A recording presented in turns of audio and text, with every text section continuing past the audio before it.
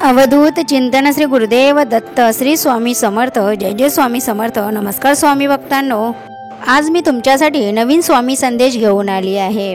असेच भक्तिमय संदेश ऐकण्यासाठी आपल्या चॅनलला सबस्क्राईब करा आणि बेल आयकॉन बटन ऑन करा, जेणेकरून येणारे प्रत्येक व्हिडिओचे नोटिफिकेशन सर्वात आधी तुम्हाला मिळतील। आज स्वामी महाराज आशीर्वाद देण्यासाठी तुझ्या समोर आले आहेत। कृपया टाळू नकोस। आजच्या दिवशी हे फक्त श्रवण केल्याने तुमच्यावर संकट येणार नाही, हे वचन स्वामी महाराज देत आहेत। विसरू नकोस, आपलीच माणसं आपला घात करतात। आता गरिबी, रोग, चिंता, भीती, शत्रू याचा आजचा हा शेवटचा दिवस म्हणून समज। या शब्दाचा तुझ्या आयुष्यात खूप मोठा परिणाम होणार आहे, म्हणून हे तुझ्या समोर आले आहे। ऐक आणि आपल्या स्वामी माऊलीचा आशीर्वाद घे। स्वामी म्हणतात, बाळा, आता या वेळेला जास्त विचार करू नकोस आणि हो, रडू तर अजिबातच नको। स्वामी माऊली आपले दत्तगुरू तुझ्यासोबत आहेत, कायम तुझ्यासोबत राहणार आहेत। सुख आणि समृद्धी ही तुमच्याकडे येत आहे। आयुष्यात माणसाचा संग्रह करणं इतकंही सोपं नसतं जितकं पुस्तकाचा संग्रह करणं, कारण पुस्तकाचा संग्रह करण्यासाठी पैशाची गुंतवणूक करावी लागते आणि माणसाचा संग्रह करण्यासाठी भावनांची कदर करावी लागते। आपलेचपणाचा मुखवटा घालून खूप लोक जवळ येण्याचा प्रयत्न करतात। मोकळेपणाने आपण त्यांना आपली सुखदुःख सांगतो, आपल्या मनातील छोट्या छोट्या गोष्टी त्यांना सांगतो, मग शेवटी तीच लोक आपली दुसऱ्यांजवळ बदनामी करतात। म्हणून एवढं पण माणसाने कधीच कोणाला आपले मनातील गोष्टी इतरांना सांगू नये। जेव्हा आपण कोणावर शंका न करता पूर्णपणे विश्वास ठेवतो, तेव्हा आपल्याला दोनपैकी एक फळ नक्कीच मिळते।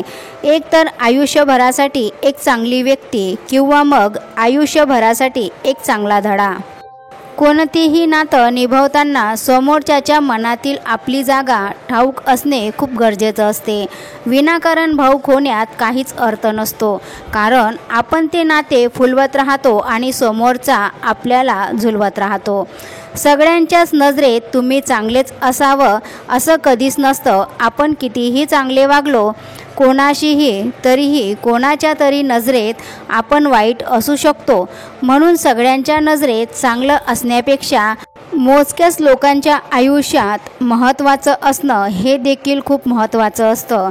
लोकांचं बोलणं कधीही मनाला लावून घेऊ नका, कारण लोक जेव्हा पेरू विकत घेतात तेव्हा गोड आहे का असे विचारतात, आणि जेव्हा ते पेरू खातात तेव्हा ते मीठ लावून खातात। म्हणून लोकांचं बोलणं कधीही मनाला लावून घेऊ नका। स्वामी म्हणतात, छोट्या छोट्या गोष्टीचं टेन्शन तीच लोक घेतात जे प्रामाणिक असतात। बेमान लोकांना काहीच फरक पडत नाही, कारण ती लोक निर्लज्ज असतात। वृत्ती स्वच्छ आणि उद्दिष्ट योग्य असेल तर कोणत्या ना कोणत्या रूपामध्ये परमेश्वर आपली मदत नक्कीच करतो। तुमचा विश्वास असेल तर श्री स्वामी समर्थ अवश्य टाईप करा आणि व्हिडिओला एक लाईक जरूर करा।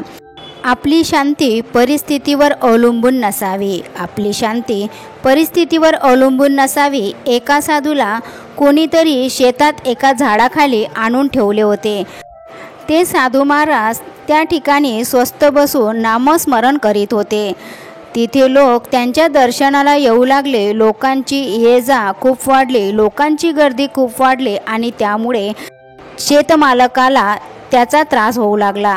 म्हणून त्याने त्या साधू महाराजांना उचलले आणि दुसरीकडे नेऊन ठेवले।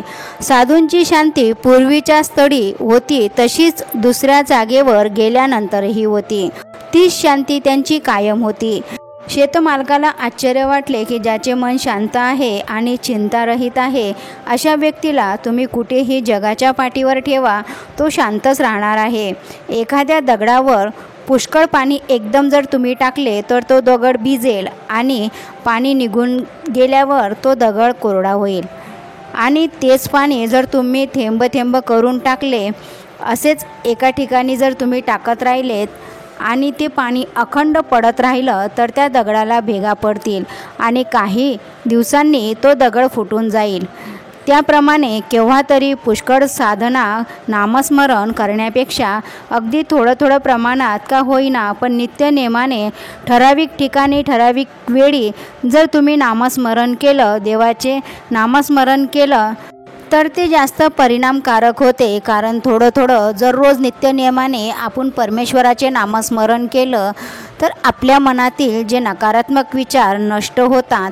परमेश्वराची साथ आपल्या पाठीशी कायम राहते.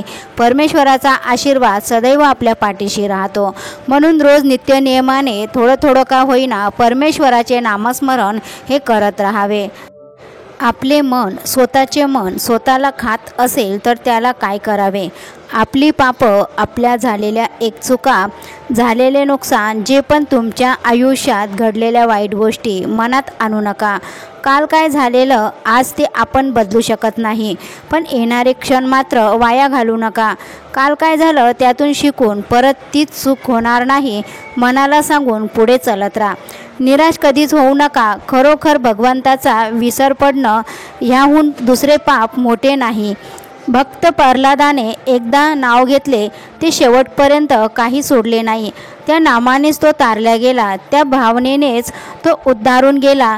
भगवंताकडे एकदा दृष्टी लागली, त्यांच्या नामात मन लागले की बाकींच्यांचा त्याग आपोआपच होतो. वाईट गोष्टी मनुष्याच्या जीवनातून हळूहळू दूर होतात. मग परमेश्वर आपल्याला हवा असे वाटणे ही देवाची बुद्धी आणि विषय हवा असे वाटणे ही देहाची बुद्धी. प्रारब्ध म्हणजेच कृतकर्माचे फळ असू शकते. कर्माचे फळ हे चांगले किंवा वाईट असू शकते. सुखाचे भोग आले तर माणसाला काही वाटत नाही आणि दुःखाचे प्रसंग आले की मनुष्य म्हणतो मी देवाचं एवढं केलं, मी खूप देवाचे करतो, मग मला दुःख का भोगावे लागते. पण त्याला हे समजत नाही की हा सर्व आपल्याच कर्माचा परिणाम आहे. त्याला देव किंवा संत काय करतील? प्रारब्धाचा संबंध देहापर्यंतच असतो, मनाशी नाही.